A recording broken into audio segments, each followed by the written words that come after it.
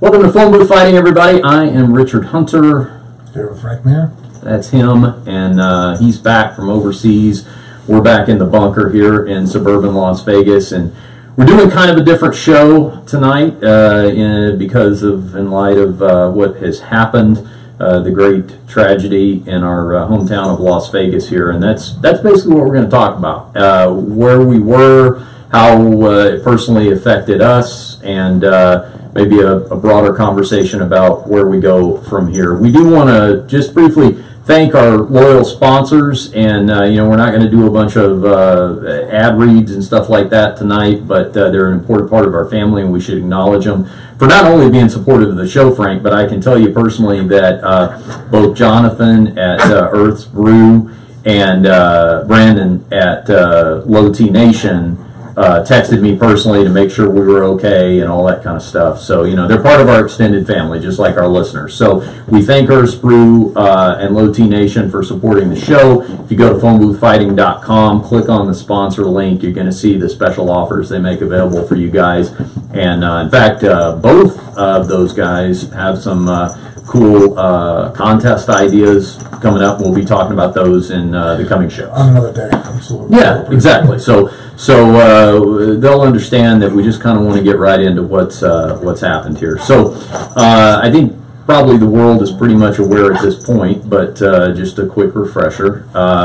Last night as we taped, so tonight's Monday night, this was about 24 hours ago now, Sunday night, a mass shooting happened on the Las Vegas Strip. It turned out to be the most deadly shooting in American history, mass shooting in American history, unfortunately.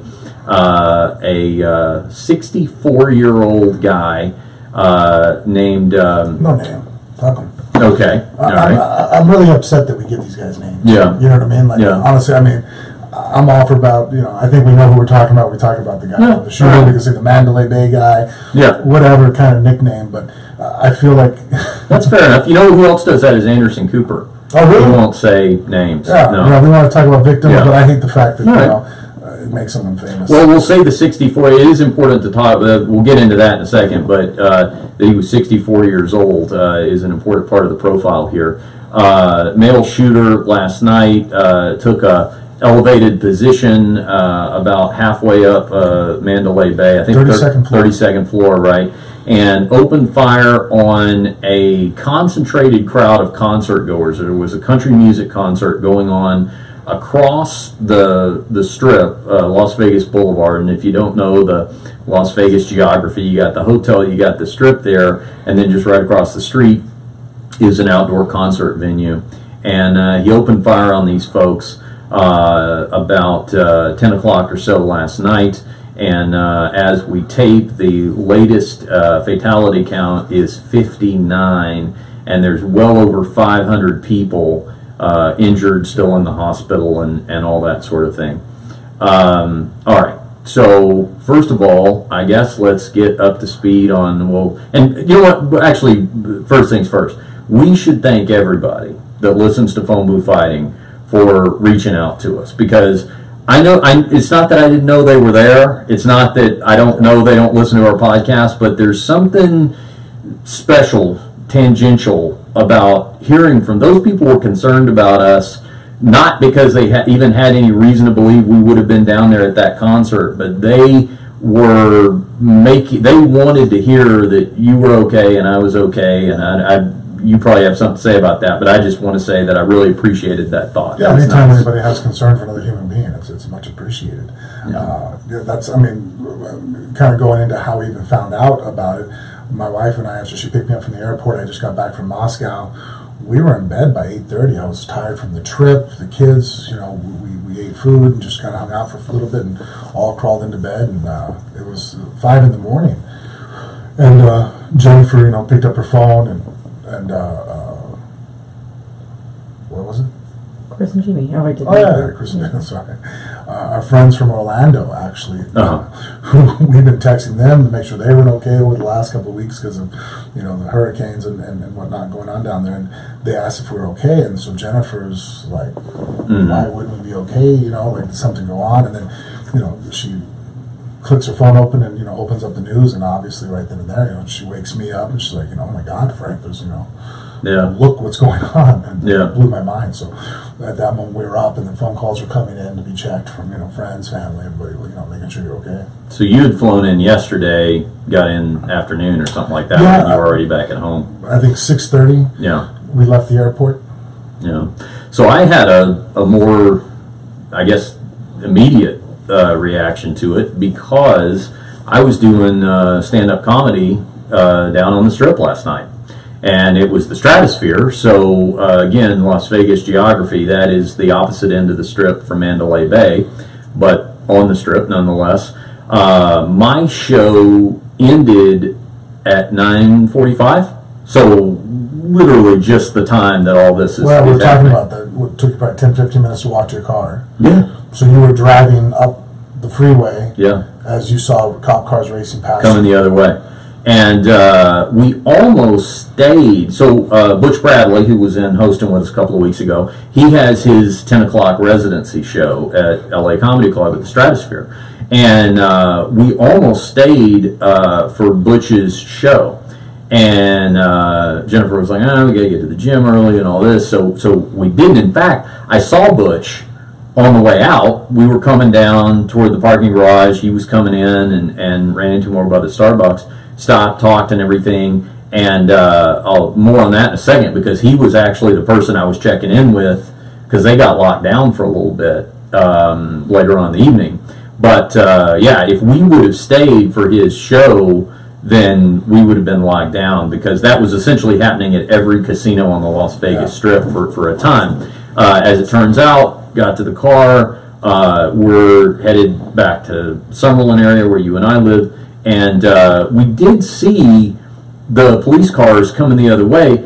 And to be honest, this will give you an idea of how jaded things have gotten. But at first, didn't think too much about it, other than, I mean, I did think, well, I wonder if there's some nut that pulled a gun out on the Strip or something. But as horrible as it sounds, had that just happened, like some guy was on a bus and fired a single shot or something like that, happens sometimes, Yeah. I mean, even seeing, and I'm not happy to admit that, but I'm just saying that's kind of where we've been conditioned. So even just seeing it at first, I was like, Yeah, no, I mean, I don't think a month goes by that I'm not on the freeway and see 4 or 5 cops light up and flying down to go to somewhere. Yeah, and it wasn't until we got home and we start realizing this is no ordinary, if you can call it that, shooter situation. And then, you know what, I did something last night I haven't done in a long time, which is I got out the rabbit ears and used the actual broadcast free version of my television, because I wanted to see the local news feed, and they ran uninterrupted.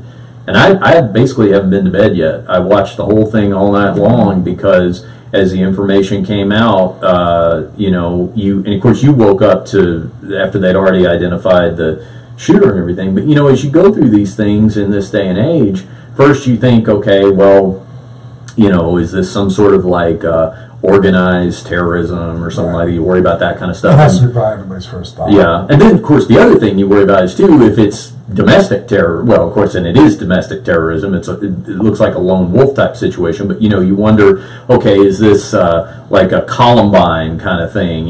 Some crazy 20-year-old kids or something like that. The wild card in all this, Frank, I don't know if it occurred to you the way it did me, but finding out the guy is 64 years old with no previous criminal record, I didn't see that one coming. No, he's not, especially with no priors. He's never had any run-ins with the law, ever been documented. It seems like the guy's never even been arrested. And then the other thing too, that usually is is always my first go-to is like, well, okay, well, everybody around him probably knew that he was a little crazy. There's always those warning signs with people that you usually see, and I've always been a big advocate of that never to underestimate when someone's a little off. If you see something and you have a buddy that has access to some stuff, and he doesn't seem right, and he says a couple crazy things, it's not a bad idea maybe to pass that information on. Get the guy some help, save his life, save our lives. But after watching his brother and then the girlfriend, they just seemed as dumbfounded as anybody. It's like there was no warning signs, there was no indication that he's not on medication, he has no medical history, he's never been admitted. It's really just a crazy case of a guy just snapping, and it's not even like a situation where it makes sense that he's going to snap. His brother didn't come back saying, well, he was going to lose his house, his business was under. From what I'm reading, the guy was well off, well into the upper middle class, if not someone I think I read was $1 million, made decent money, owned several, had a home, and he was living in I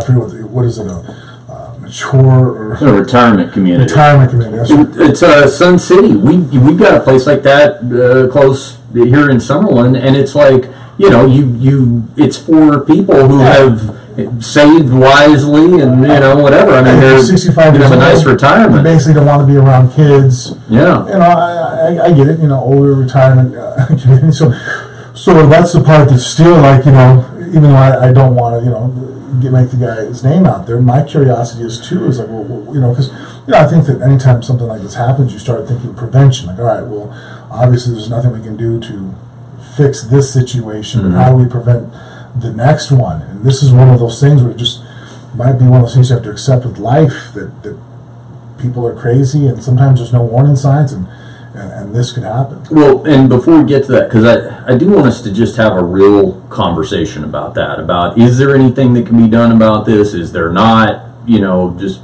kind of a open conversation about that. But this is actually an area where I think you are very qualified to kind of get everybody up to speed, which is firearms, because what we're talking about here is fully automatic weaponry. Yes, right. Okay, so what appears to be, high capacity magazines. Yes.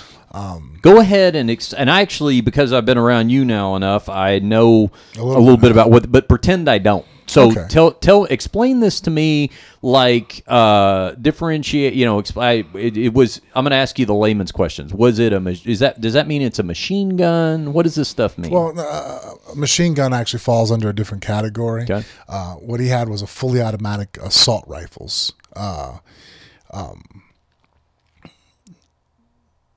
So that being said, you can own a fully automatic weapon in Nevada. All you have to do is make sure that it was purchased or made and it has a serial stamp on it and dated before 1986. That's when the laws changed. Mm-hmm. So any fully functional and operating automatic weapons, which the definition means that whenever I pull the trigger, more than one round travels down the barrel. Normally, a semi-automatic assault rifle, your handguns. Every time I pull the trigger, the mechanism, and it's different for single action handguns and whatnot. But when the hammer fires and it resets, the sear catches it and doesn't allow it to fire again until you pull the trigger to release the sear releases the hammer, and then it slams back in. You can have a fully automatic sear on there, and really there's nothing. Now you're not supposed to have them that if they've been created after 1986. It's a very harsh penalty. As far as I know, I mean, I think it's like a $250,000 fine if you have one of these, because you can modify something. Well, first of all, you can own a fully automatic. I know this because I've actually had a great interest of buying an MP5 that's fully automatic. But to give anybody an idea, the one I want and looked at the store is about $26,000. Mm-hmm. So because it's grandfathered in, there's only so many of these weapons around anymore, and people willing to part with them. They're collector's items. They're more of a novelty of like, look what I have. It's kind of like that old Model T that you keep in the garage in storage. You're not using it to run your errands every day. It's not a weapon that most, I think, gun enthusiasts would think to actually use for self-defense, because in all reality, even most of your operators, friends I have that make a living with weapons, they don't choose to have 3-round bursts. They all use semi-automatic. It's much more effective as far as eliminating personnel. And so the whole fully automatic thing is really, like I said, it's more of a novelty item, and that's why like you can buy legally, which it falls into a gray area. It's so weird. You can buy a trigger crank. There's certain stocks that that have a spring in it. When you pull the trigger, basically the gun shakes to give it a real quick explanation, and it allows it to where basically the firing of the weapon and the recoil will help reset the trigger and release, so that way it appears to be fully automatic. Now you can buy these things online. You can even have them in your house with a weapon. As far as the last time that I've had this conversation down at the range with anybody, I don't know if laws have changed then, but you can't put them together. Mm-hmm. If you're found with this, again, it's hundreds of thousands of dollars of a fine. You're doing time in jail. It's a federal offense. You can't do that. And if you do buy a weapon that's a legal one to have, you have to. Obviously you're buying it from the owner that already owns it. You have to then fill out paperwork with the government. They're going to do a fingerprint check, background history on you. From what I understand, it can take upwards to a year before you can now acquisition that firearm. And then the ATF now has you on a list. And this is one of the reasons why I've never gone through and bought my MP5 is because from what I understand, once you own one of those and you have your $200 tax stamp, the ATF can come visit your house anytime to come check on the weapon, which makes sense. They want to keep an eye on what's going on. So, but also too, like the idea that someone can come knock on my door and walk in without a warrant kind of bothers me. And I'm not willing to kind of give up that amount of privacy to own something that basically is just for shits and giggles. You and I go out to the desert. And I'm like, hey, check this out. I mean, like, how often am I ever going to do that? So let me ask you a question here, just as a way to check your position on all this as we go. Would you the scenario you just outlined? Do you think that's the way it should be, or do you think that people like I should just be able to walk in and buy one of these things and no extra paperwork? No, I think it should be difficult to get a hold of. I mean, it's a very dangerous weapon that somebody who's not trained could obviously cause a lot of damage with. Yeah. I think that if we look at it realistically, the statistics of how many shootings are ever occurring with fully automatic weapons, and I'm pretty sure we're going to find out that it's an abnormally small number. But is that because they're tough to get? That's why they're tough to get a hold of. Now, let me just point out, though, that actually in and of itself is making a case for a form of gun control. Because you're, and I agree with you, it's like if the nut jobs that have not had the fully automatic weapons could have gotten the fully automatic weapons, they probably would have used those. No. I think that this guy, what made him so diabolically unique is that he was multi-millionaire, at least upper middle class white guy. No criminal record. No red flags went off. Right, exactly. So he very well could have had either a pre-ban, a firearm, assault rifle, or he could have bought the modifications, and even if he didn't have enough savvy to follow a YouTube instructional and know how to take care of the firing, to put a fully automatic sear on it. There's guys, the gunsmiths that I know that could probably do it in about 5 minutes. Yeah. Pay the guy a couple $100, modify it, and now you have a fully automatic weapon. And I'm sure that, not that you should do those things, but again, because of who this guy was, he probably didn't set off any alarms. He fell through the net that has been set up to protect us. So let's come back to the legality of it in a second, because one thing I think that's also important to discuss, and I know you'll have a lot of thoughts about this because this is something that you're always hyper vigilant about, is any kind of public situation. I want to be armed. I want to be able to protect myself. But that situation last night, I've ran it through my brain, man. There's nothing I could have done. There isn't. No. Because if you have the gun, you have a gun on you, first of all. So let's say there's nothing I would have had on me. And even if I could have made it to my vehicle and got a hold of my assault rifle, I use iron sights when I'm, for my, because my idea is that I'm probably never gonna have to shoot anybody more than 30 meters away from me. I'm very much of a mount, urban military, an urban terrain type of mentality. I always laugh when I see guys talk about taking 400-meter shots. I'm like, in a city terrain, when is that ever gonna happen? I mean, let's be realistic. When are you ever gonna shoot somebody who's 400 meters away from you? And you've told me that this whole thing about high capacity clips and all this is for people who are bad shots to be able to do more damage before anybody can actually get to them and neutralize I'm a big them. fan of revolvers. I mean, I'm a huge fan of Glocks, different handguns for different situations. I think, you modify, what kind of party you go into is how you're going to dress, right? And so, but I mean, for self-defense in the street fight, revolvers are awesome. You don't have to worry about, malfunctions. If something doesn't go right, you just pull the trigger again, because the chances of having 2 bad rounds in a row are probably slim to none. And if you need more than 6 shots to to save your life, in most situations, you're probably dead anyways. Well, and let's take that scenario even a step further. Let's say we're at the concert. Let's say that you actually have one of these grandfathered weapons and every right to have it and all the paperwork and all the rest of that, and it happens to be on your shoulder as we're standing there watching the show, and the guy who's got the same gun is firing down from Mandalay Bay.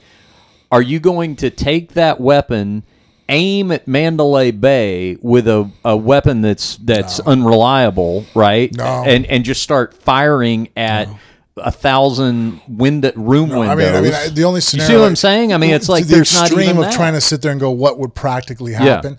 The only chance anybody could have possibly had in that situation to neutralize him is if they would have had a long rifle, a bolt action, like in the Marines at M24, at M70, in the Army.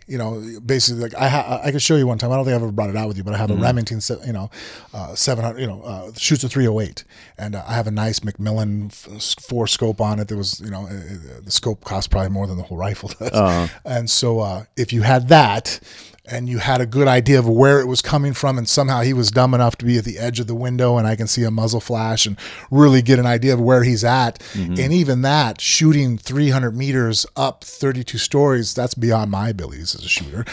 For a long rifle. Now, I have friends that probably could make those shots, but I mean, they also graduated from Fort Benning, sniper school. So and you're also, I haven't. And also, it's not like you would be pre-designated to be the one sniper in the crowd. Under this scenario, whoever's got one has one, and we just start taking shots. And to be more practical of what, there's nothing I would have had on me that night that would have been able to deter the situation. It had been any use.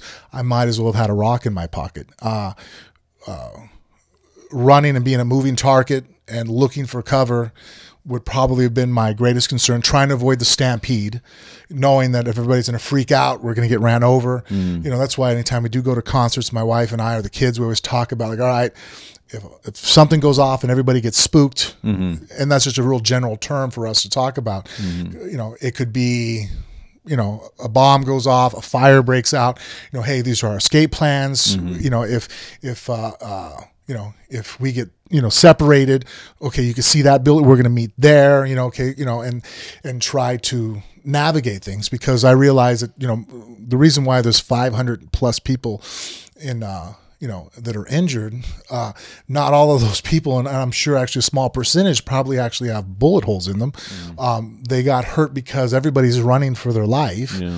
Understandably so, and they're just trampling each other and causing havoc. And that's one of the things you have to worry about. That's why, since I was 19 years old, you're not going to ever see me on the strip during New Year's.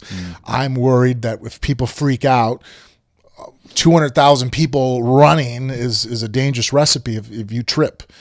I think it's an important thing to acknowledge, because I think it's a dangerous thing for anyone to think, I own a gun or I've got a conceal permit, so I'm 100% safe in any situation. I saw a guy. I do think that there does increase chances, because there's many. Oh, no question. I'm not more saying often than not, me having a firearm on me could deter a situation.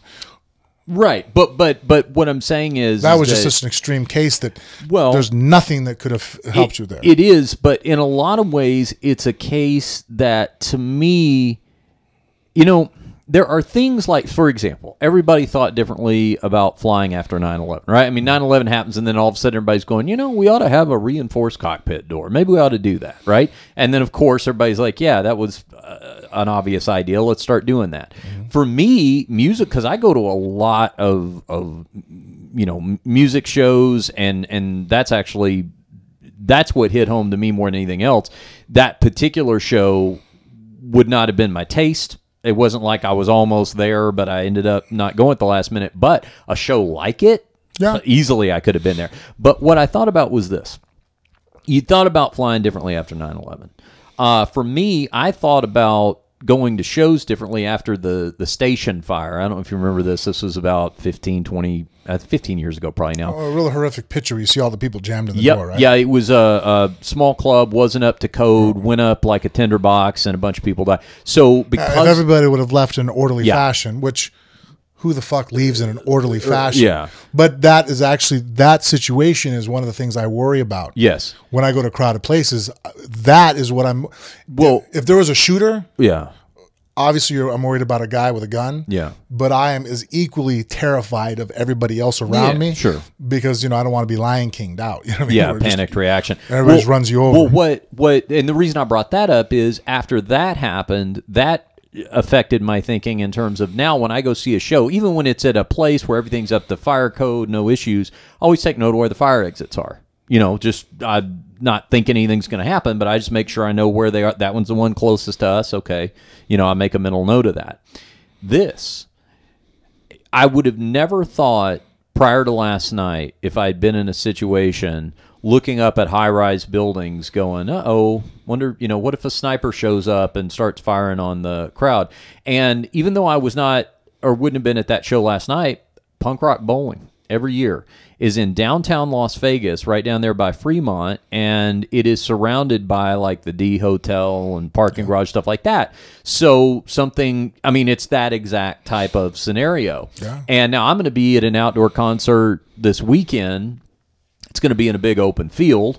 You still have to worry about, the people coming in, but of course people go through metal detectors and stuff. And I think what's happened is, especially like post 9/11 and everything, we got and as we should have been, but idea. Is that field grass? Yeah. Yeah. I seen what this guy did the other day, and he was bragging about it. It was on one of the little social things I was looking at, and it made me think, I'm like, holy shit, that's actually kind of a scary thought. He knew a concert was going to be in an open field, and so he went out there early and buried himself a bottle of vodka or whatever he wanted to drink, and then that way when he went through the screening test, I sat there and thought about it, I'm all... Well, but it's a concert venue, so you'd have to break in to do that. Like you can't just walk out into. It's not the farmer's field that next week. I see what you're saying. Yeah, but people can always go places early and plant shit. Yeah, no, but this is you'd have to trespass to do it. Not to say you couldn't, but yes, I get what you're saying. But the reason I bring it up is because not that I won't be concerned about safety, but you're not concerned about these elevated targets. The next time I go to something downtown like that, and I'm going to stand in a packed in scenario like that, and I'm around. Sorry, I just think the issue is crowds. You got to stay away from crowds. Yeah. Well, whenever a bunch of humans get together, if someone's up to no good, that's when they have the most advantage to do so. Well, that is gonna, it's certainly gonna affect my awareness of it. But let's go back to the legality for a second, because I am, if we're having a conversation about owning weapons for self-defense, which I'm a big fan of, and hunting, which I am no fan of, but I recognize you have a right to do it, I'm with you up to that point. Now, I don't think, but when people start going, well, where do you draw the line? If you give in on that, if you give them an inch, next thing you know, the government's going to take a mile. Well, we don't allow you to own weapons-grade plutonium for a very good reason. You're not going to be able to build a bomb that's going to compete with the terrorist bomb, but that's okay. That's a standard we have accepted. Just like we say there is a legal age of consent. Just like we say you can drink when you're 21. But what? Unless you're France. Yeah.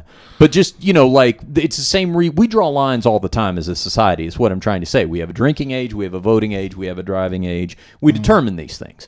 So, just like anything else that's going to be a potential danger, we're going to decide as a society where is the line. Yeah. I may, like I said, I hear what you're saying. The only issue that I would have with that is that this guy with a semi-automatic rifle, not being fully automatic, and a scope, could have actually injured way more. But but here's what I'm saying: does that have to be legal? The semi-automatic and the scope? Yeah, those are perfectly hunting weapons. I could have had a hunting rifle if they give me my M1A on the top of there and just had magazines ready to go.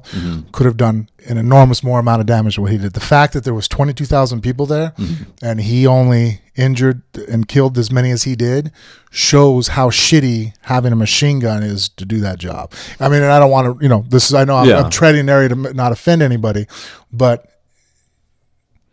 anybody with even a little bit of practice and a semi-automatic rifle laying down prone, just or in a nice area, spotting down, could have done a lot more damage. Because basically, if you think about it, he shot thousands of rounds, right? Yeah, probably, yeah. All right. If I would have shot 200 rounds into a crowd of 22,000 people, not one of them wouldn't have hit somebody. Do you understand what I'm saying? Whereas his rounds, he pulled the trigger and emptied full magazines. Okay. And hit maybe one or two people. That is a horrible percentage of, like, if we were in the military and he was on our team, I would say you're a shitty ass shot. Yeah, I'm the sorry. Fact that I'm not sure I follow. So let me. Okay, yeah. Here's the thing. The reason why we don't use, if you think about it, if we went and got, a Delta Force guy, a Ranger, a SEAL team guy, and told them pick your weapon, not one of them would pick a fully automatic weapon because it's not going to be as accurate, right? And so what happens is when they go and you could be standing there, and they go to pull the trigger, and now they just shot 15 rounds, and maybe the first one hits you, but they just wasted 14 of them that just went in a direction that they had no idea. And okay. So and if you think about it, percentage wise, 22,000 people were there at the concert. 59 now are passed away, and I'm assuming that those are all because they took direct fire. What percentage of people did he hit? But okay, I got you, I think. So so what happens is because when he sprayed, his bullets went everywhere. So he wasn't even hitting anybody. Whereas if you just saw a mass of people and you just with a semi-automatic rifle, a hunting rifle, a bolt action, every time I pull the trigger, boom, I shoot at a group of people, somebody's getting hit with that round. Pull the trigger again. So then now you have a percentage of a rate of contact that's much, much higher. But, so banning that assault rifle or banning that machine gun, it psychologically was very destructive to people. But as far as effectiveness, if the next bad guy goes up, put it this way. If you told me right now, all right, there's an asshole up there right now who's going to try to kill everybody, pick his weapon. Oh, fully automatic. Okay, now I have a chance of living. If I'm like, well, what does he have? If you're like, well, he's going to have an M1A. I'm like, shit. Okay, well, that's kind of bad. Well, how good of a shot is he? Well, he has a scope on it. I'm like, all right, well, let's just make sure we move around a lot because, at least then he might not be able to pick one of us out. So let's say that I'm a bad shot or an untrained shot, let's just say. You'd still hit more people with a semi-automatic rifle.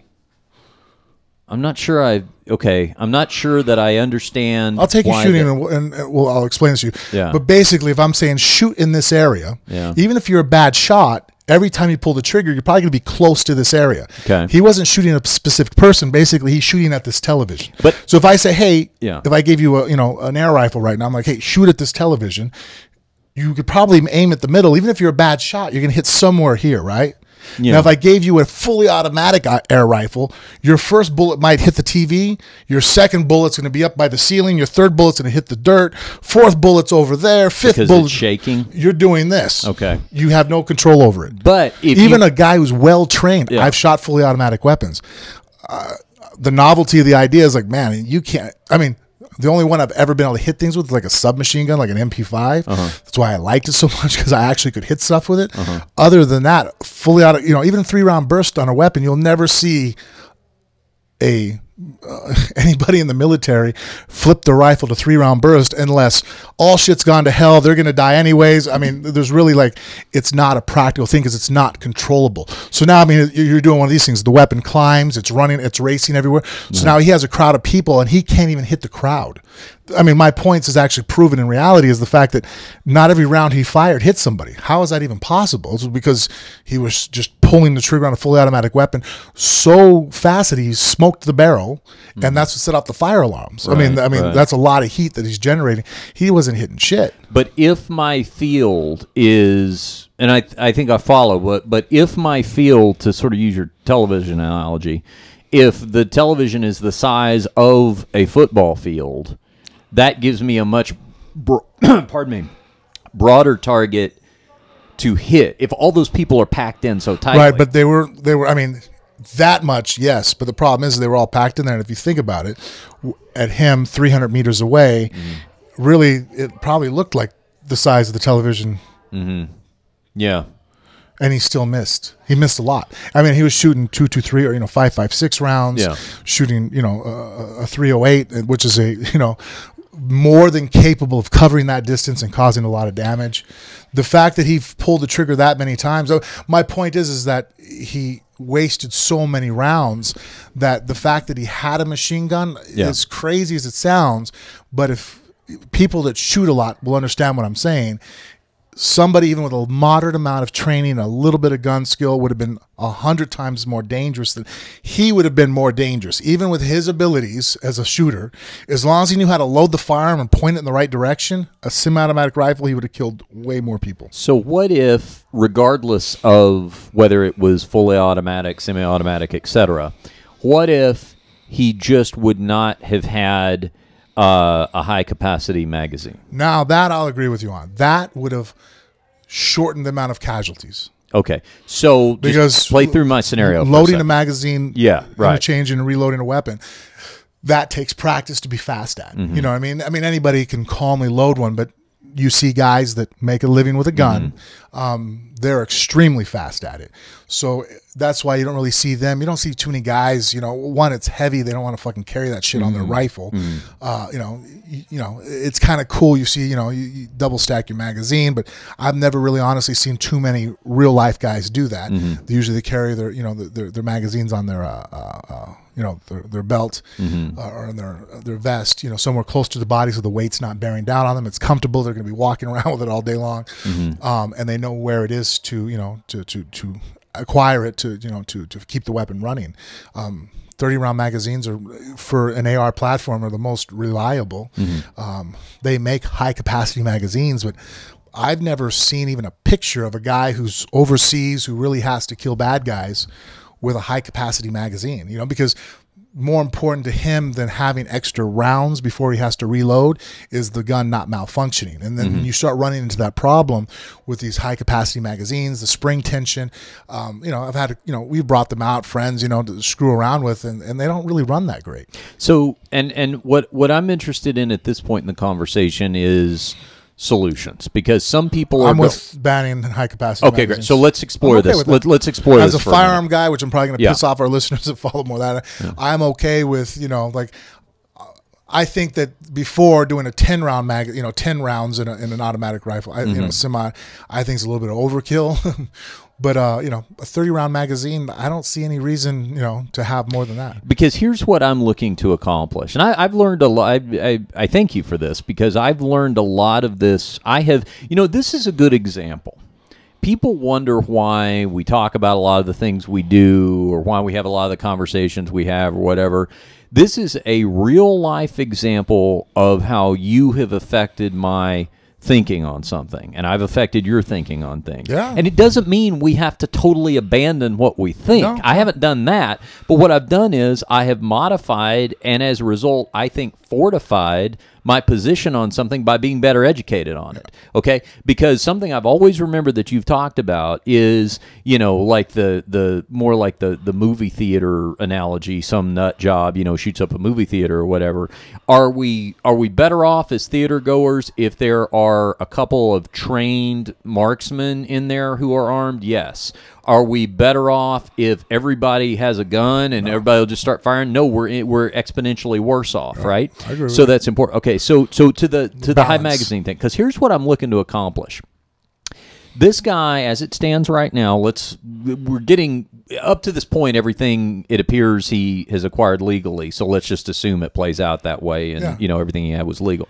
Okay. Well, the fully automatic stuff, I'm pretty sure he modified. Oh, modification. But what I'm getting at is he's not stealing guns off the black market or whatever in this scenario. So because when people say He acquired things in ways that are not far-fetched. exactly. So when people say, well, but he was going into the hotels with 20 weapons. How did he get all those up the elevator? Why That's didn't a anybody weird say one anything? where people, what do you mean, how did he get them up there? I know. Suitcases. Well- You just throw your shit in a suitcase. And I also think that people are under some sort of impression that if he had been noticed doing it, and if somebody would have said something, that he couldn't have just said, oh, I legally own all these, and the gun show's going to be here next week, and I'm going to be at that. Yeah, but most hotels They could have a policy. are out. Okay, They would probably tell them, no, we're not going to have that here. Sure. They could even have them where they leave it at the bell desk type thing where check it. I mean, But even at that, I'm not committing a crime. I'm just violating a policy. right. No, private property in the casinos, just like like I have a CCW. Yeah. I can walk into a casino with a gun legally, Uh-huh. according to legislation. Now, if while I'm going to the bathroom, someone sees my gun, looks through the, thing, whatever, and they notice, hey, this guy has a firearm on him.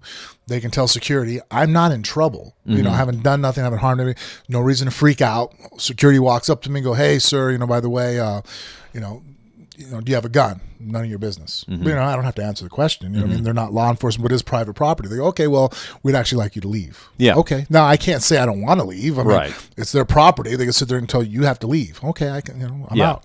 Yeah, so that maybe that could have happened, but it's not like he would have been arrested or detained or anything like that. Okay. No, in fact, So- actually, it's funny. I'm trying to figure out an answer for it.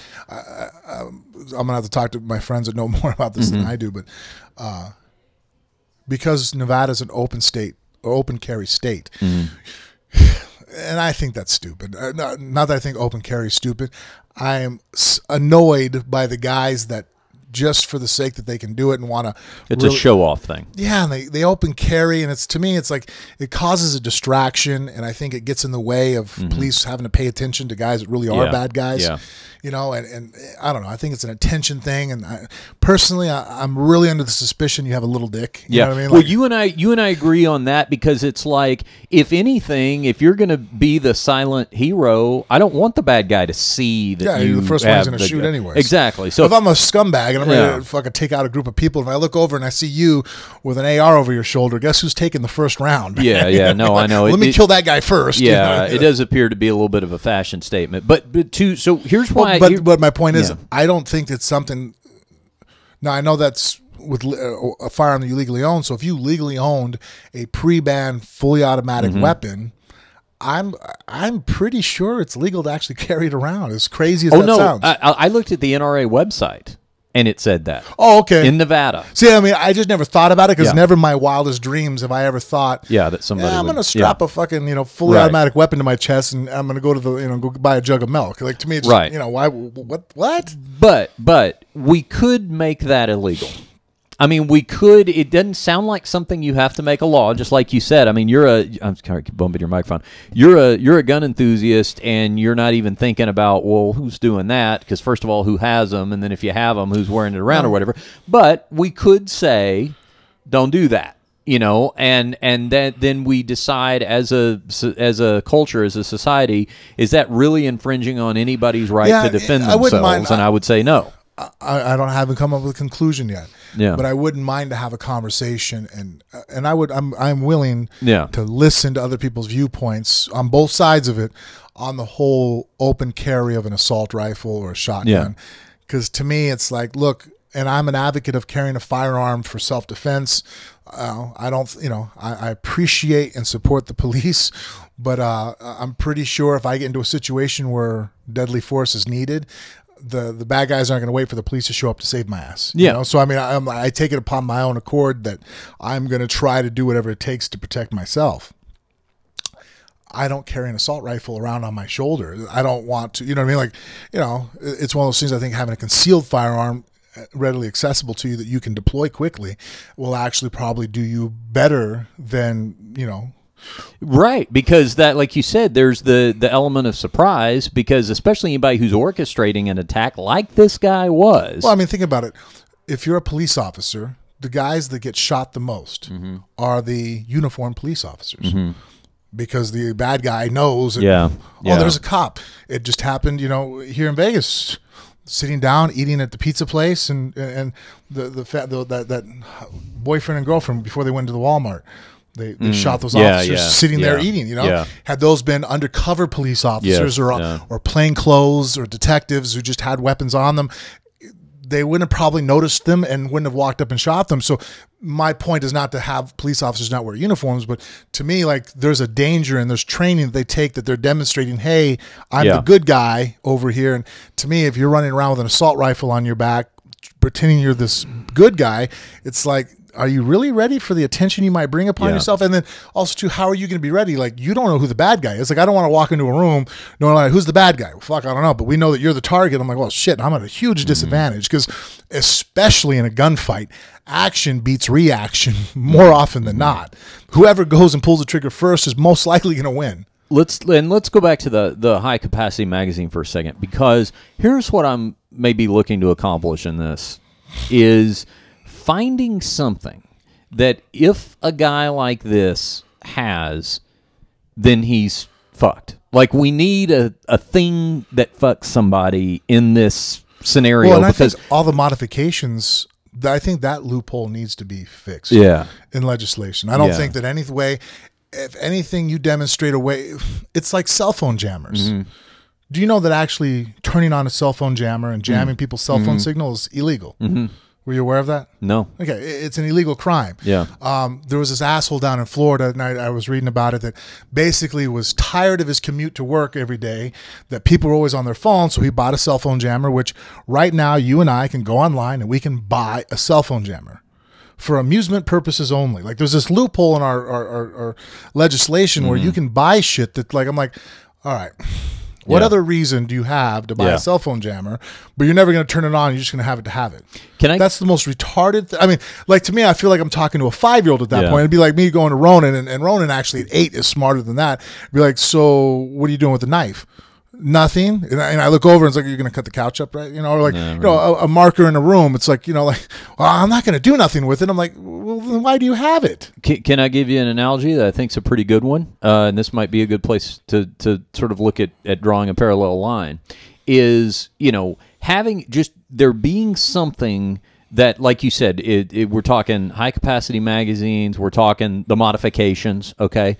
Maybe to make an analogy here, look at it like the difference between adult porn and child porn. Yeah. How much adult porn do I have? Doesn't matter. I can have hundreds of thousands of files, whatever. I can, you know, it's not illegal. It's consensual. Everything. It's yours, one child porn file, prison.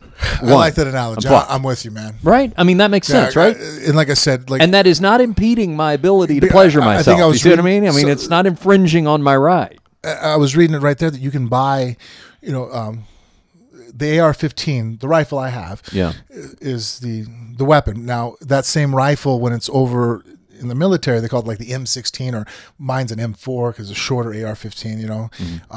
And so I guess you can, just after this is going on, I'm like looking like, well, how accessible is this? Like, oh, you can just buy the M16 full automatic sear, you just purchase it. I'm all, you can buy that? Like, what the? I mean, but for me, it's like one of those buy those things. It's like, well, come on, dude. You have no reason to buy that.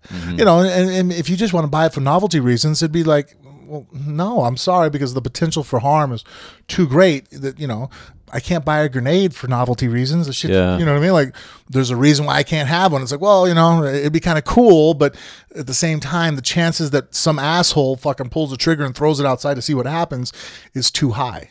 Yeah, and how about the fact that, you know, maybe that is, I saw, you know, Bill, and full disclosure, I did not hear him say this, so if he did not say this, then apologies to Bill O'Reilly, but I was seeing it posted a lot on legitimate news sites that Bill O'Reilly had said, he gave a commentary on this and was essentially saying, this is kind of the price of freedom of the Second Amendment, is that you could have some nut job go off and do something like this. Well, yeah, that's true. But I also think that there's another side to it, which is, okay, we're trying to be this society that has more open gun laws than most, if not all, and we're trying to, revere the Second Amendment. But what that might mean is that there might be, where there's take on that, there might be give in another area, and maybe that give is exactly what you're talking about when it comes to the novelty type stuff. When it comes to the stuff that isn't doing anything to defend you and your family, then maybe you got to give on that. Because you know what? At the end of the day, that won't matter. You won't, if you can save your own life or the life of your family or just innocent bystanders, then go ahead and give on the novelty aspect of it. I'm actually, and again, I'm okay with the fact of having sensible gun control. I'm not into having all my firearms taken from me. I do feel that a lot of firearms serve purposes that, it is a tool of death, but, but it could be a tool to save your life at the same time. But you're right. Some of the things out there are so far-fetched on one side of it that, it's an issue. I just don't know how much some of the laws, I know the whole machine gun word being thrown around has everybody up, and they're going to focus on that. And again, just to me, it's like, well, the reality of it is that didn't probably add to the numbers of people lives he was able to take last night. I think the fact that he had high capacity magazines and was able to hold down on the trigger for 5, because I remember sitting there listening to it. I'm like, listen, how long he's pulling the trigger. And I'm like, maybe there are 2 gunmen, because how many fucking rounds is the guy shooting? And then it dawned on me, I'm like, oh, this fucking asshole has high capacity magazines. You know what I mean? No shit, and so that, I think, contributed to him able to fire a lot more rounds. And somebody else who's not very well trained, having a high capacity magazine, as long as it doesn't malfunction on them, is going to make them more dangerous just by possession. And so, I'm okay with those being, And I also think, and I know, because I know that there are a lot of people and plus it's not going to affect me. Like, I don't need. Right. I don't need a 50-round magazine in my handgun I don't see that day. But that's also what people should, to me, that's what responsible weapon owners should aspire to be. So if I'm a gun owner, I don't want to just be a gun owner who isn't really trained with the weapon. And my plan is if trouble starts, I'll just start firing and hope for the best. That seems like a terrible plan. To me, if I'm a gun owner, I also want to be a trained gun owner. Right. I also want to be able to know that I have a competency with that weapon. Yeah, and that's what people, and again, like at the very beginning of our show when you talked about, would you start firing at him? I'm like, no, I wouldn't start firing until I knew I could hit him. Yeah, right. Which was not even an applicable situation there. Right. But if we're ever in a shootout, every round that leaves my weapon, I'm responsible for. Yeah, and that's I can't sit there and if some guy in a supermarket starts just spraying. I told you the reason why I own a gun, right? The whole thing that scared the shit out of me when I was very young. I was 19 years old, and the supermarket by my home. I went to that morning, and then I went and checked into work. Well, an hour after I had left the supermarket, this meth head went in there, didn't rob the fucking place. He started shooting guys and women. He went in, just started mowing people down with a shotgun for no apparent reason. And no one had a weapon, so no one could stop him. They basically, on video, you see people huddled up in corners and just screwed. You're just sitting there, and the guy just walks up on you, and you have nothing to answer back. So I remember as soon as I could, I was like sitting there watching him, like, if you would have had a gun, you probably could have shot back. Now, even in that situation, I was there that morning with a firearm. Here comes the guy walking down, and I just fire 2 rounds down. The 1 round takes him out. Another round skips past him and hits somebody across. Yeah. I'm responsible that I just hit that, but I can't sit there and go, well, I took out the bad guy. It's not fucking Cobra. I'm not Sylvester Stallone. There is no like, well, destroy half the city and get yelled at by the, your boss. It's like, no, you might go to jail now, or you're going to get sued civilly, big time. And that also, I think, keeps, my grandfather used to say that locks keep honest people honest. That criminals break through locks, but it maintains a line. And what I want to say is this: like, I like the fact that when I get on the road in my vehicle, everybody is required to have a license, because doesn't mean that somebody can't take a car never having a driver's license in their life and drive it. But I'm sure tonight when you came to my house, there was somebody who has their license taken away because they have 2 DUIs and they were on the road. But they're running a big risk, and it's a small percentage because of the fact that we do have laws and regulations. We have standards, right? So I can know, okay, basically, everybody that I'm encountering on this road, just like me, has passed driver's education. They have a license to drive it. I don't get nervous. I don't get nervous just because I see a gun on somebody. I get nervous if I don't know what level of training they have with it. And what I want to know is, I just want to be able, I would actually think it would inspire confidence if I can just look and go, oh, okay, well, you know what? By virtue of the fact that that person has that on them, they have met a level of training, right? And I'm actually a huge advocate of that idea, because believe it or not, more people die because they don't know how to use a gun than people that really die out there maliciously trying to use a firearm to hurt people.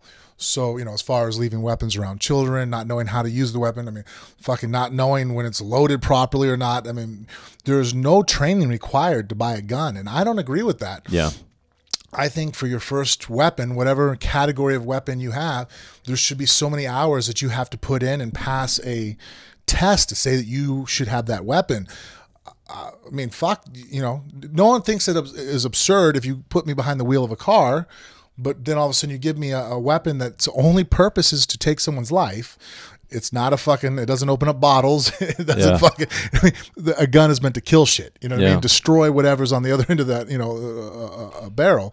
And so I'm more than happy with the fact that, I took classes, but I took it upon myself to really understand. Yeah. I've continued my training. I've done things like gone up to front sight. Every time I meet somebody, if I have a friend that especially my friends that are ex-military, fuck man, every time like, hey, let's go shooting, exchange numbers. All right, man, hey, would you go with me? And I try to suck up knowledge any way I can, because I want to be proficient and understand what I have, because again, it's a dangerous weapon, and even more so dangerous in the hands of an idiot. And so I have no problems. And if anybody tells me they shouldn't have to take classes, they're an idiot. Because here's the thing too, for that asshole that thinks that he shoots all the time, he knows what he's doing. I know that asshole, and you don't know how to shoot that well. You're the same asshole that when I take a motorcycle class, right? When I first bought my motorcycle when I was a young kid, and I took the community college as a course where, a classroom course, and then you go out, it's like 2 days in the, riding around and going in and out of cones, teaching you how to brake properly. You start out basically like, if you and I took the course together, I'll be on the bike and you basically are pushing it behind me, so I pull the clutch in, put it in neutral, they start out at ground zero. So I remember when I took the course, they had this guy that'd been riding Harleys for 20 years. And, he was basically upset that he had to take the course, but, he's going to get 10% off his insurance and finally get an endorsement, meaning that you actually do have a motorcycle driver's license. Because, you can buy a motorcycle and just jump on it. And if you get pulled over by the cops, if you don't have an endorsement, they can tow your bike. Yeah. A lot of guys don't do it. They don't give a shit. They just ride the bike anyways. So I did it the right way. And so this guy, again, I remember sitting there and talking, and it was just very much bravado that I know what I'm fucking doing. Well, guess who was the one asshole that popped the clutch, picked up the front tire, and drove it into the girl in front of him? That asshole. He was the only one to actually make a mistake that day, because he was so just bravado of cockiness. It's like, it probably suits everybody to be humble. So even if right now they pass this law in and I had to go take a course for 6 hours, so what? That means everybody else that owns a gun down my neighborhood took the same course.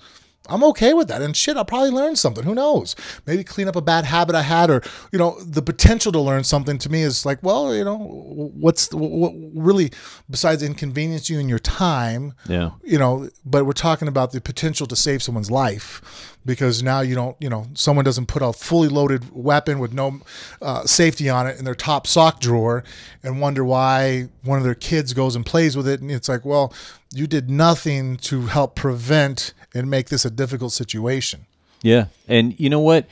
I think that's one of the great benefits of martial arts. It's like, who the toughest guy in a dojo usually is the one who doesn't say very much. Like the one who's not having to tell you all the time about what a badass they are. Isn't that always a red flag? It usually is a sign. Yeah, yeah. And I think, unfortunately, society as a whole, because a lot of them, most people don't ever benefit from martial arts training, don't get that. Instead, they get the bravado, which is everywhere, like a disease. Well, I like that we arrive at that point, because what I'm looking for is this. I looked at the fact that this guy was 64 years old, and if what we know now holds true, apparently never been in any legal trouble, etc. He's lived 64 years. Even been married twice and not ever even had like a restraining order or any kind of thing like that. So at least if he's going to, if high capacity magazines were illegal and he was going to possess them anyway, or the modifications were illegal and he was going to possess those anyway, at least that would have caused somebody who had lived 64 years abiding the law to cross that line. Now, for example, I've never crossed that line. I have a clean criminal record. I'll live my whole life and not cross that line. I think, we focus on, but the gang members are getting, well, sure, but they're a problem anyway. They're going to be a problem anyway. What about the people that we can affect? So that if we do catch them with one of those things, they are screwed. So now we have a little bit tighter of a safety net that maybe hopefully he doesn't get through. Yeah. I mean, in all honesty, though, I am okay with, gun regulation. I don't think that you should own a fucking bazooka. You know what I mean? Like, owning a fully automatic, AK-47 is only a recipe for disaster, in my opinion. You know what I mean? The chances of it, like I said, a guy who knows what he's doing with a firearm doesn't need a fully automatic, and a guy who is just using it to to be fun at the park, or at the gun range. I'm sorry, but shit, you know what I mean? Like, we're going to take that away from you because the chance that somebody might actually cause harm with it outweighs the, but fuck, it's fun factor of having it. So I don't need that to defend my family. If we joined up in a militia tomorrow and everybody brought their weapons from home, if somebody brought a fully automatic, I would already assume that guy probably doesn't know shit about weapons. Right. See, that's my point. It's like, I guess I stand corrected. There is, let me think real quick. In a tactical unit, they will have a guy who's runs the SAW, squad automatic weapon. And that does have a purpose in their formation, but it's usually not to pick people off. It's usually suppressive fire, keep people's heads down. Most your lead, on the team, and your riflemen, they're right. That's actually a lot of times, from what I understand, and again, maybe it's usually the new guy that has to carry the fucking saw around. Yeah, I mean, and that's the least also effective gunfighter probably. And you're talking about like tactical military stuff. Yeah. That's not what we're doing at the country music concert. I mean, if we've got a group of people together, then you might, in that situation, equating somebody to have a 240 Bravo, or the 249, then okay, maybe, and there's a purpose for it, but within a structure of a fire team, Here's all. But I mean, as far as a solitary firearm, no one, they don't use them. So I'm okay with that. But in this situation, again, though, like, I don't know what to do. Like, when we talk about prevention, like, the high capacity magazine maybe could have helped, but fuck, man, the Boston, kids, they used pots and shit they learned off the internet to make a improvised explosive. But I don't think one negates the other. Those are both true points. Here's where I would like my litmus test to be. I would like and this is why, this conversation, at least to my ear, has been pretty much void of any politics. I mean, this is just, we have a problem. I mean, everybody agrees what happened last night is a problem. Now we need to have a conversation about, is there something that can be done to fix it? And that's what the whole point of this conversation was. And I think, at least between these two minds, we've come up with a couple of reasonable ideas. I want my litmus test to be this. I think it's reasonable that if I'm out in public and I see somebody with a firearm, that I should feel safer because of it and not in more danger because of it. And I don't mean being irrational. I mean having a real rational outlook on it. So if I can look at it and I can go, like for you, for example, I mean, I know you, but it doesn't make me nervous that you have a firearm because my friend Frank is trained to use that firearm. So that actually makes me feel safer. Now, if my other friend who is wearing Ricky Bobby, if he's wearing the fully the name of the guy that's the asshole. Yeah, Ricky Bobby is wearing the fully automatic rifle over his shoulder, and really all it's proving is that he could afford it. I feel less safe. I agree with you. So there it is. And I don't think it's infringing on anybody's right to anything to try to get more to the former and less to the latter. And I think that's why in a situation like this, and this goes for both sides, there's no reason to jump into a whole political conversation about it. And you should also recognize where the special interests are, because there's not only, anti-gun lobby special interests. Make no mistake, the NRA is a money-making organization.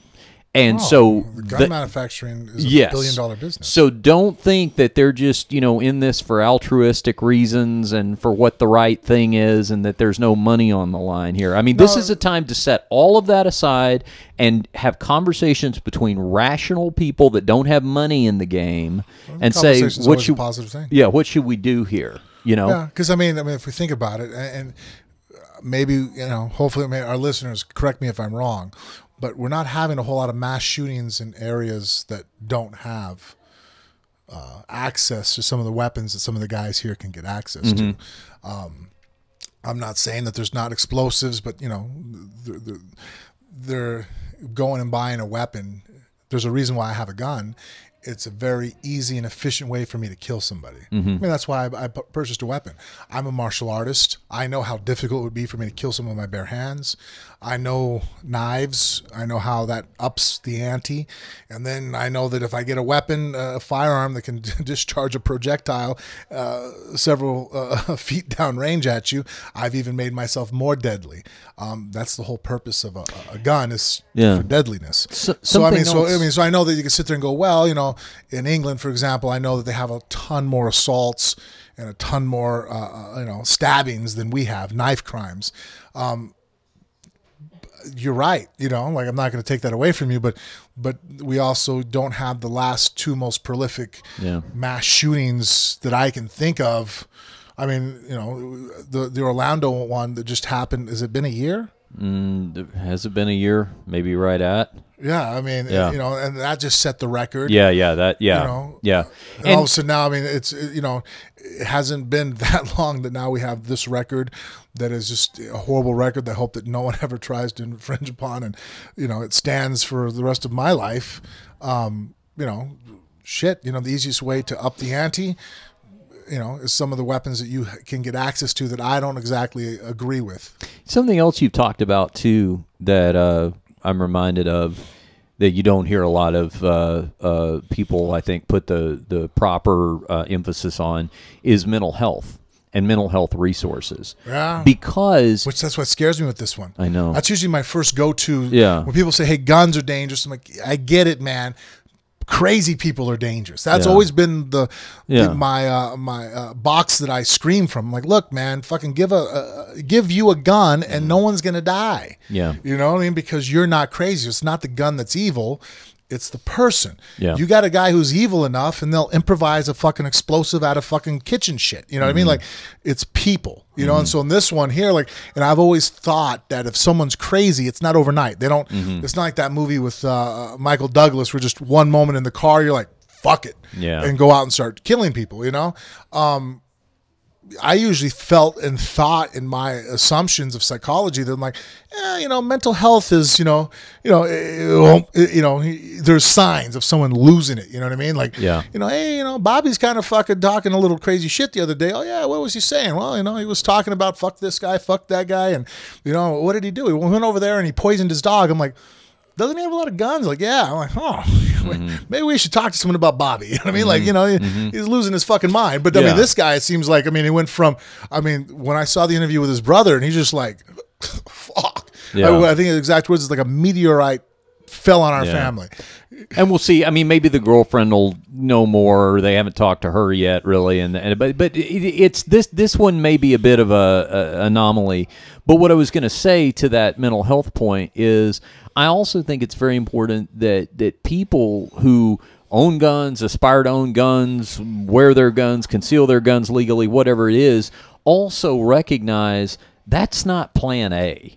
That should be the last resort. Like you just said. You've got hand to hand, you've got knife, you've got gun. It's mindset. It's gradual, right? Your brain is the most important weapon in this whole category. But I also think it isn't a fucking Rambo movie, right? No, I also think that's why it's important to talk about mental health, because you can't. It's not going to be a high percentage rate to just go, oh, we don't have to worry about who's mentally unstable because we'll just eventually shoot them all in these confrontational situations. Actually, no, you're going to get a very small percentage of them. The best scenario would be to catch them in that infancy of mental disorder, so that we're addressing a very small percentage of the eventual outcome. And I think anybody that, and this might be in place already, but if it's not, this is one of those like cockpit door ideas. Mm-hmm. If anybody gets flagged for any kind of medical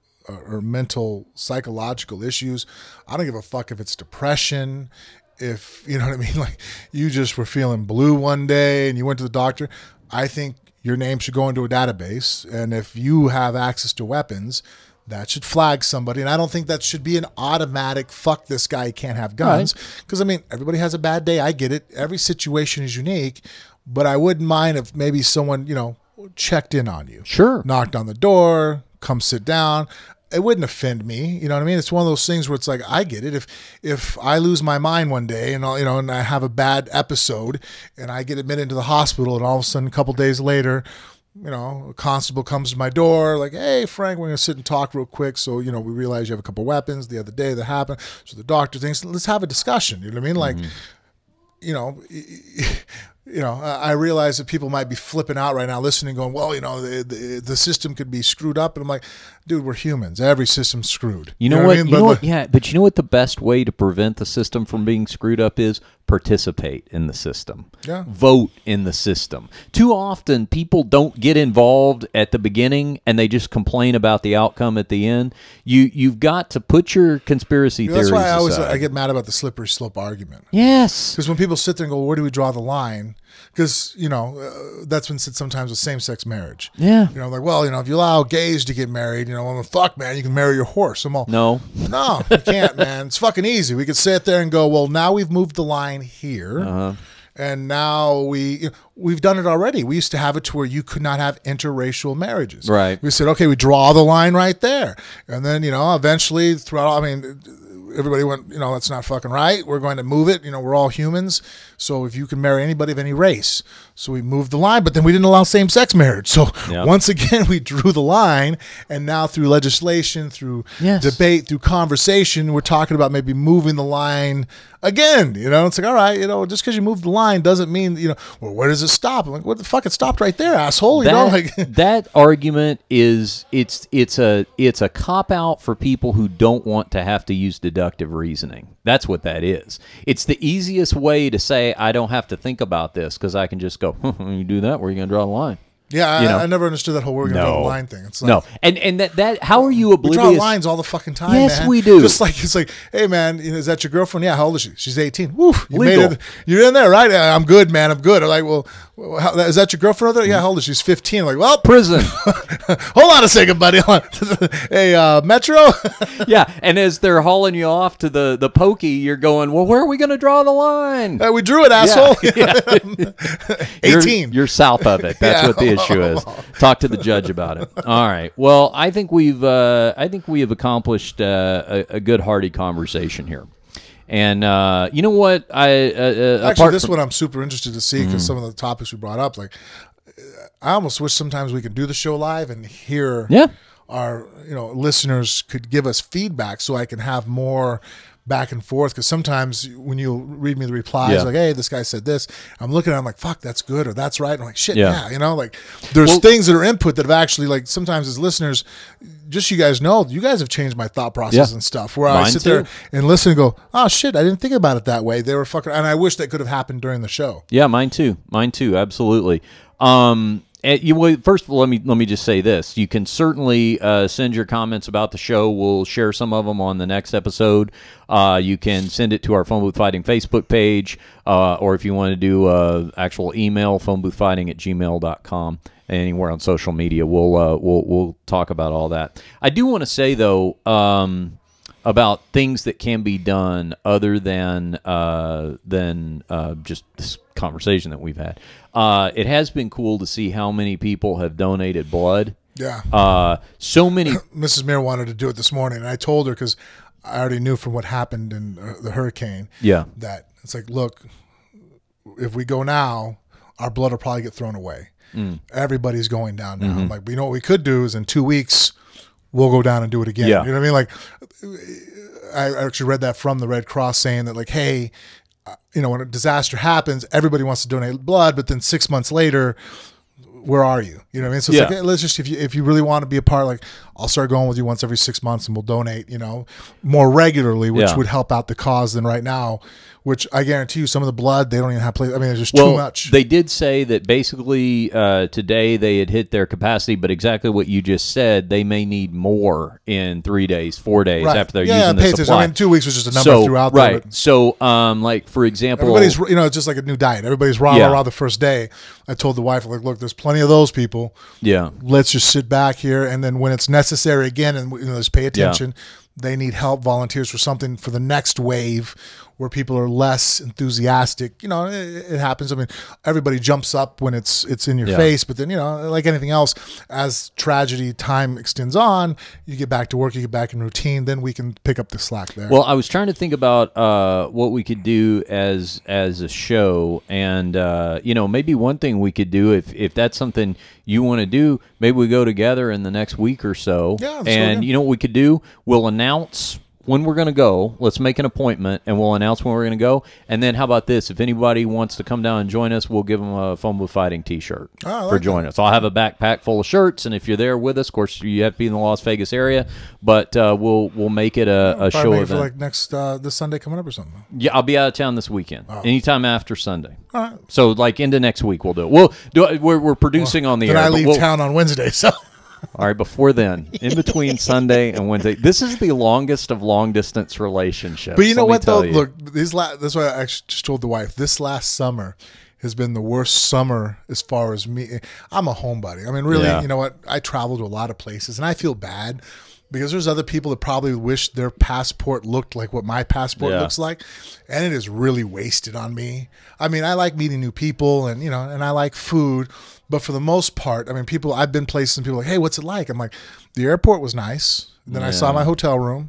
Then I went to the arena. And then I went back to my hotel room. And then I went to the airport. You know what I mean? So, I mean, I'd rather be home than anywhere. I mean, like, my favorite place in the world is in my bedroom, with the kids hanging out, watch TV or talking or, shooting the shit in my backyard, smoking a cigar, drinking coffee. Like, I'm as happy as can be. So, I mean, I've spent since last May, we figured out that I've spent about 70% of my time overseas. I mean, like just this month, I was only home for 3 nights in the month of September. I slept for 3 nights that I slept in my bed. Every other night was in a hotel. That is so crazy. And so, I mean, it was a rough summer, and now I realize that I'm booking a lot less things, seminars. You know, you see I'm doing a lot less of. Yeah. So hopefully now I'll just do the twice a month, take off for ACB. But it's so weird to me to imagine being in a place mentally where I could be like, boy, it's going to be really relaxing when I kind of just go back to getting into fistfights with people again. Yeah. Yeah, because actually that'll be a lot less stressful. I put that in with the contract with the ACB that 6 weeks before a fight. Yeah, I don't do shit. I'm just gonna focus on just training. This would be nice. Yeah. Well, we're going to, there's a big UFC card this weekend, and we'll preview that on our next episode. But this one, we just wanted to back tomorrow night. Yeah, exactly. We'll be right back in the bunker tomorrow night. We got to make up for lost time. So, but we just kind of wanted to dedicate this episode to, obviously the most important thing, which is everybody's well-being. So hopefully everybody enjoyed at least vicariously participating in the conversation with us. Like I said, if you got something to say about it, either in agreement or maybe a different take on something we've suggested or said, we will work them into the show. So just hit us up and we'll do it, okay? Hopefully the number stays at 59. Yeah, exactly. Yeah, the fatality number. You don't want that to go any higher. I know we're wrapping up, but I'm still like today I've been walking around like I couldn't imagine, going to a concert with my wife and then just because some asshole in life just changed like that. I mean, there's enough shit out there trying to finish us off every day as a human being. I mean, you have cancer, natural disaster, all kinds of things that are trying to knock us off prematurely. Yeah. And then now we have to worry about some fucking asshole fucking knocking out his window. It blows my mind. It's all we can do is I think try to make the best decisions as a society, and that's why I was so focused on just making sure that we had a conversation that talked about solutions, because the worst thing you can do is, and certainly there's a lot of justifiable outrage here, but I think the worst thing you can do is just be outraged, just be mad, or be angry at the wrong things, right? Yeah, I saw they were interviewing one of the, there was the sheriff. I watched so much shit on it today. I don't know. And someone asked who was the lead singer that was Jason Aldean. Yeah, that basically, if he would have said something in the mic, would it have saved lives? And I remember sitting there going like, what kind of asshole are you to even make that kind of assumption that this guy even had the frame of mind to understand what was going on? I mean, all he knows is that people are falling down and getting shot. I mean, what is he supposed to do? Okay, everybody, what kind of game plan would anybody? I give you the microphone, someone's fucking shooting a fully automatic weapon down at a crowd of people. Help everybody out. You're like, what do I say? Exactly, without motherfucker. The information, without even knowing what's. You don't even know what you're telling them to run from. No. Stay here, stay still. Hey, get away from the stage. There's a bomb. You don't know what the fuck's going on. I think at that point you're like everybody else. You're just trying to fucking get away from harm. So when I heard that question, I'm like, wait a minute, are we trying to somehow blame this guy up on stage that he could have done something? Yeah, that's silly. The dereliction comes in somebody who has credible information and for whatever reason withholds it to the detriment of others. That's different. That's not what we're talking about. Yeah, I mean, come on, man. I mean, that guy was freaking out like everybody else. A trained gunfighter would be fucking like, oh shit, they're shooting at us. I mean, well, yeah, if they don't know, especially if you don't know where it's coming from, what the scenario is. From across the street, up in a fucking 32nd floor window. I mean, you don't even know where you just see people falling down. You're hearing noise. What do you say? There's a gunman, okay, but what does that do? I mean, so you said everybody else sees you running and sees that there's a gunman. I mean, or sees people falling. I don't know. I mean, I think that people are in disbelief and shock. I mean, in that fact too, even if you say that, like, does everybody even listen to you? Because you're like, is this part of the show right now? Because I mean, you even see it in the video. People are like, that's not gunfire. Because I mean, that's like everything. I mean, people sometimes are getting eaten by a shark, and their last words are, "This isn't happening." Yeah. Like reality is kicking you in the ass, and you're like, this isn't happening right now, because that's one of the psychological defenses that we have is denial. There's a lion is not right there. I mean, come on, man. This is not. I'm not right now seeing a lion here, right? That's what people do, Yeah. Well, let's phoneboothfighting.com is the website for anything you need to know about how to grab the podcast, iTunes, SoundCloud, Stitcher Radio, Google Play. Amazon banner's there. Click through that. That helps support the show if you're shopping on Amazon. And, of course, the merch section is there as well. Frank, tell them how to follow the show on social media. You can follow us on Facebook and Instagram on Phone Booth Fighting, and Snapchat and Twitter. Follow us on Phone Booth Fight. Thanks for being a part of this one tonight. This is an important conversation to have, and Frank and I are having it for the first time. Like, all I did was text you, tell you I was okay, and this is us really talking about it. So this is kind of as it's happened between us, and appreciate everybody else being along for the ride. We had a long Hoover conversation before that. Yeah, we did. Yeah, it was a whole. My wife did not realize that J. Edgar Hoover was a cross-dressing man lover. So that's right. She got a little bit of history lesson here. That's right. And then you pointed out I'm a nerd, which I am. You are. I have not brought up a single topic yet of history that you don't know. I was like, hey, yeah. Like, I knew that he was a cross-dresser. And then all of a sudden you're like, and did you know this guy? And this guy, and like, I didn't know. I didn't actually know that he actually slept with men. I just knew that he dressed, I know the jokes like everybody else. Like, well, dressed up like a girl. And then you started talking about his first in command, and then how this guy was actually Trump's fucking lawyer. I'm like, Jesus, man. I'm a very boring first date, but I am the anchor of everybody's trivia team. I think you're an interesting date. I mean, we went on our little cross-country ride. That's right. Yeah. Our first road trip. But man, I like good information. So you want to hear one very quick, funny MMA-related trivia team story? Sure. Just quick. End on a lighter note. Yeah. Right. So I did the MMA Junkie does their Junkie gathering, every year. Big, our friends George and goes over there. And one year they had a competitive trivia night. And they were asking like media members and fighters and different MMA personalities to come out and be on different teams with their listeners. So I did that. I was a media representative, and there's fighters in there. Stitch was out there, a bunch of the guys. We get a little team together, and it's me, some of the Junkie listeners, and then one of the guys on our team was Ryan Couture, Randy Couture's son, Bellator fighter, and Ryan is. And so it comes down to like crunch time. It's like an important, whatever final question, the competition. And the trivia question is, at the final Affliction card, the final promotion that Affliction ever put on, Fedor Emelianenko knocks out Andrei Arlovsky. Who does he call out? I was in there for that. Okay.